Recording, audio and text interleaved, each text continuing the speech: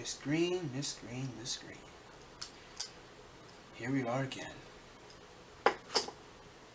What is going on YouTube? BASSFZz here. And in today's video, it's going to be another video response to Lacey Green. And I guess the great thing about this video, it was a video I was already planning to do.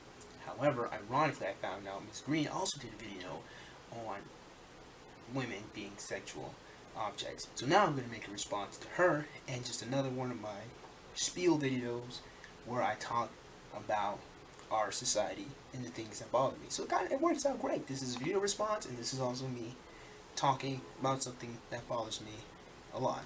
So please stay tuned and we'll watch the video. So I already made a video response to Lacey Green about why it's wrong to be a whore or a slut, and I will leave that video in the description box below. I've already responded to her one time before, so this is just me responding to her again. I'm not even sure if she ever saw my video. I don't know, she probably hasn't, but I hope someone sends it to her eventually so she can see that she's on some other shit. So here's another video where I'm going to talk about how she is indeed on some other shit. Okay, I think I've set this video up too much, so I'm just gonna start talking. So I got a couple comments on my video response to Lacey Green, and most of the response on that video has indeed been negative.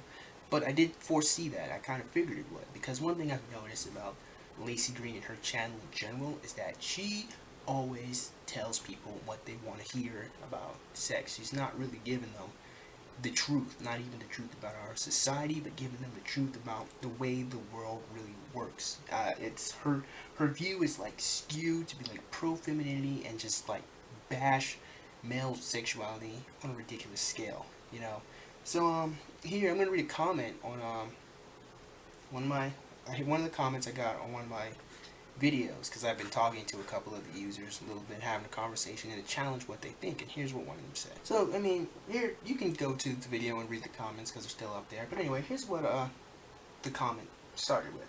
So the commenter says, asking women to respect themselves in order to earn the right to be treated like a human being is total horseshit, but suggesting that you have the right to treat her exactly as you please because she didn't hear your archival views of feminine propriety is misogyny, plain and simple.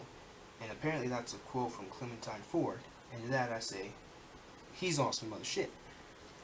So then I said, here's a question I posed to you, being the commenter. I said, why is that in order for a man to earn a woman's respect, he has to have a nice job, or wear nice clothes, or have his hair cut a certain way? So like, think about that for a little while. To that she replies, the difference is that our society does not teach men that their worth is tied to whether they meet the expectations of a woman. Pause, bullshit. She continues to say, also, pressures to be successful and dress nice are not dehumanizing the way pressures to be ladylike and sexy are. Pause, bullshit. She continues to say, men are not taught that their worth is tied to their bodies, and I'm sorry, but that is worse than the pressures of having a nice job. Once again, bullshit. Listen guys, here's something you probably don't want to hear, but women objectify men probably just as much as men objectify women, except it's two different types of objectification. Whereas a man will objectify a woman as a trophy, a woman will objectify a man as a tool. And I argue being objectified as a tool is infinitely worse than being objectified as a trophy. Because think about this one for a second. When you have tools for specific jobs, right? Well, question, when one tool doesn't fit a specific job, what do you do with that tool? You put it in the toolbox, you get out another tool. Then what do you do when you get another tool? You go back into the toolbox and get another tool. For women, men are objectified by what they do, or what they can do, or what they can bring to a woman. Our value to a woman is what we do, as to opposed to a man, the value women are placed with usually is how they look. However, that is not always the case. Well, yes, we're sexual beings. We're going to be attracted to each other because we have to have sex to keep the human race going. We know this shit. So when a man sees an attractive woman, this is not necessarily objectification. That's just his body telling him, okay, That's his reptilian brain saying, okay, she's a good potential mate to bear children with. That's what our body's telling us to do. That's not necessarily sexual objectification. That objectification only goes further when the man only sees her as just a walking vagina. When he's like, okay, I'm just going to bang her, leave her alone. That's a problem. Attraction is not a problem, but when you purposely set in your mind that the only reason I'm going to talk to her is to do the do, that's when you've sexually objectified her. That's the problem, that's the issue that I dislike myself. So, but even then, the thing is, with men and women is, for like a man to even obtain a woman or to even date this woman, he still has to do something. Like, he still has to put effort into the relationship. You know? I mean, think about, back in high school, one of my friends saw this one fat kid walking around with this hot girl. And he turns to me and he's like, man, that shit is a howdah. It's like a howdah? He said, yeah, as in like, how did he get her? So the funny thing is, even when we see a man with an attractive woman, the first thing we think is, what did he do to get her? We never ask, what did she do to get him? Because we already know women don't have to do anything to really like get a man. They just kind of have to be. You know? Men like women just because they are. But on the other hand, women like men because of what they can do. It's like, so to women, we like, think about this. Think about the friend zone. If a woman has a best friend, and let's say this best friend is a great guy, he cares about her, loves her, sometimes even pays for her financially, helps her and supports her out emotionally, mentally, physically. He's helping her out. He's doing all he can to show her and prove to her that he's a great guy. And her, in her mind, he's just a friend. She doesn't like him that way. That's his role. That's what he's doing. He's a friend. And that's his usefulness. Because to her, he doesn't satisfy, either she's not attracted to him, or to her, he doesn't satisfy, or it doesn't fit what she likes in a relationship, even though, even though he's a great guy, because he doesn't fit what she wants, he gets friend zoned, or she doesn't look at him as a good partner because she's not attracted to him. However, on the flip side, if a man is not attracted to a woman, or if a man says he doesn't date fat girls, well, that's a problem, and he should accept her for the way she is. But if a woman says she doesn't date short guys, that's a preference. What? I mean, once again, even in that example right there, once again, we have women objectifying men sexually too. I mean, think about He-Man, okay? He-Man for little boys is what Barbie is to little girls. And we always bitch and complain about how Barbie teaches women that it's important to, look good or be pretty or be beautiful. Well, He-Man teaches us boys that we have to be strong, we have to be leaders, we have to be dominant, we have to look good. That's what He-Man teaches us.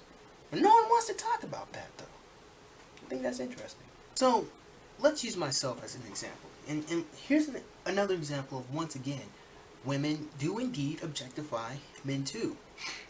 For me to get a girl, my friends always tell me I gotta change up my style. I gotta get my hair cut, I gotta start dressing a certain way, I gotta get some new shoes, I gotta look good for them. I have to attract them to me, or I have to look presentable when I go up there to go talk to them. Now, question, if I was not being objectified myself, why would I need to look good?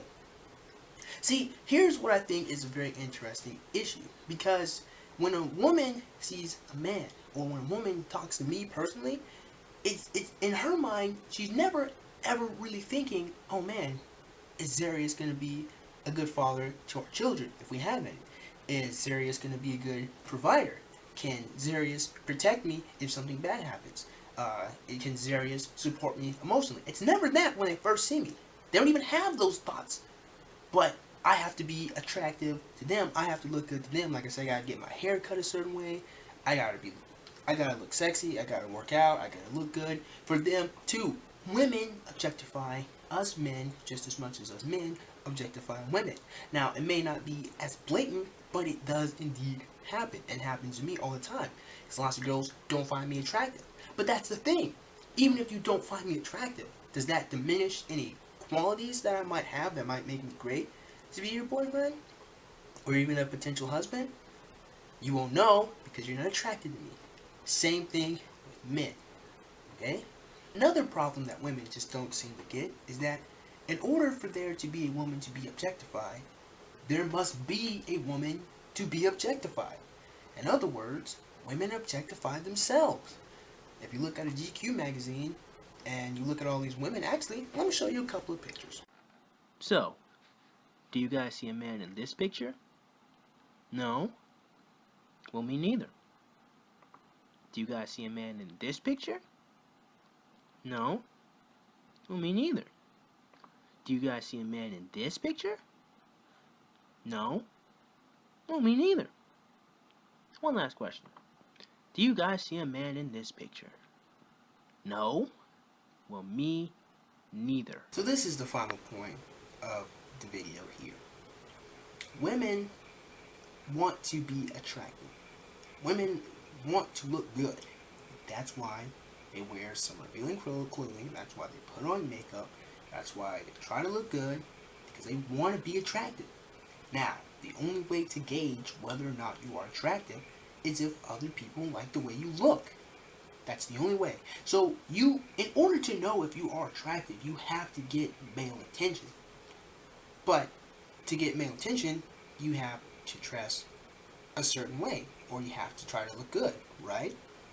Which means at some level, you do want to be objectified. And in fact, there are some women whose entire fucking job obligations are whether or not they're sexually attracted to men. Strippers, prostitutes, escorts, porn stars. All of these have women in there. But you want to know something funny too? There are also male strippers, male porn stars, and male escorts. So what does that say? So hopefully this video gave you guys something to think about. If not, well then I failed. So yeah. Anyway, if you like this video, please click that like button. Go ahead and click that subscribe button. Comment in the comment box below to have a conversation with me. You might change my opinion on something. Who knows? So, like I say, thank you for taking time to watch this video. See you guys soon.